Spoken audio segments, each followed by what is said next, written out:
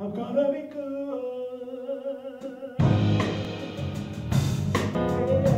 I'm gonna be fine. Yeah. My name is Ola Olubenga Abdulmajid Onarewaju Adetokubo Omotayo Onabule, but most people just call me Ola Onabule. I'm a singer-songwriter and a producer, and I sing mainly soul, jazz, funk, world music. And I travel the world spreading my message of love and happiness to people everywhere I go.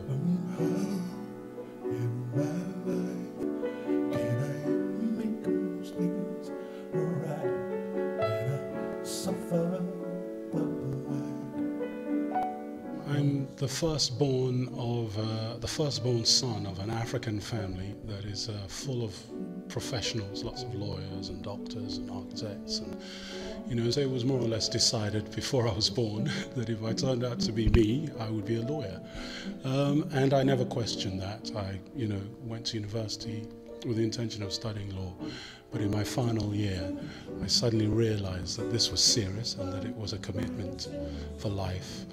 And I realized that I had a bigger love, which is music. So just at the crucial moment, I pulled out of university and told my parents the bad news that I was going to be a musician, which was scary for them, but I believe it's all turned out fine in the end.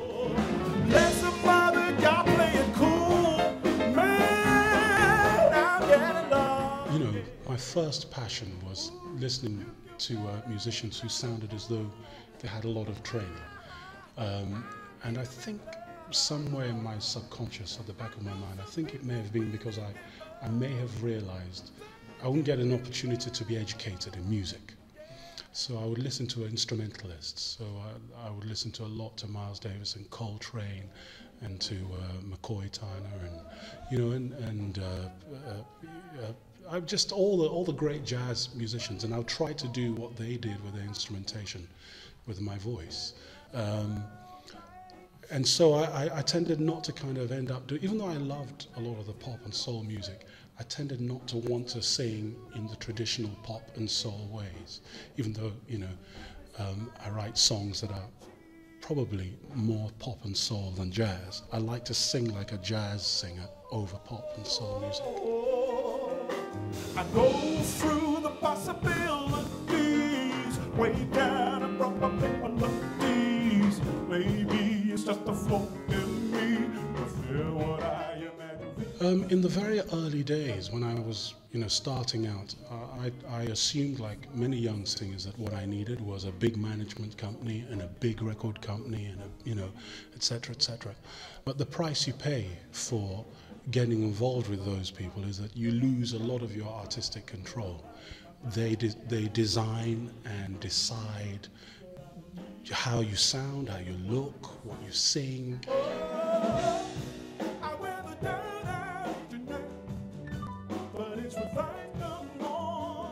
It started with me building my first studio. I mean, literally with bricks, and I built this thing in the back of my house.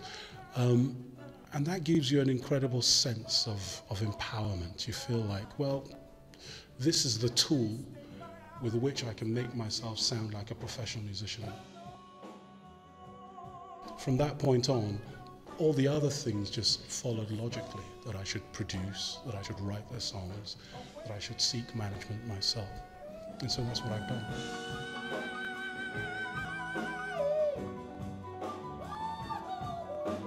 When I first started out doing it all on my own, it was in an atmosphere of, if you don't sign to the majors, you're mad, because there were no other options.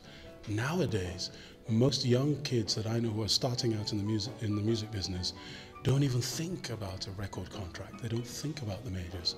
They just think, I'll get it on YouTube, I'll get it on Facebook, I'll market it through all the various channels, I'll blog, I'll Twitter, and they have an amazing following. So for someone like me who thinks in that way, the internet is freedom.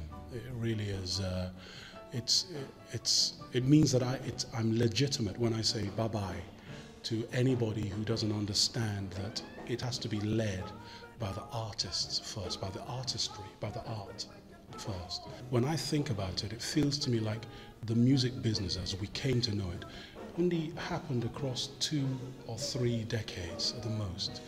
Before that time, it was all about what you could do live. But it's revived on morning light, and it ends around like boom. I'm hearing things you don't say, expressions you don't give away. The way I write is a very organic process. I could be reading the newspaper or watching the TV or just spending time with my family. If I have a thought that inspires me, that I think this is a very important thing that I can write about, I can expand on, then I'll get my phone out and either write it in my iPhone or whatever it is, or if I have a pen and paper together, I'll scribble some ideas, and that will be the beginning of something.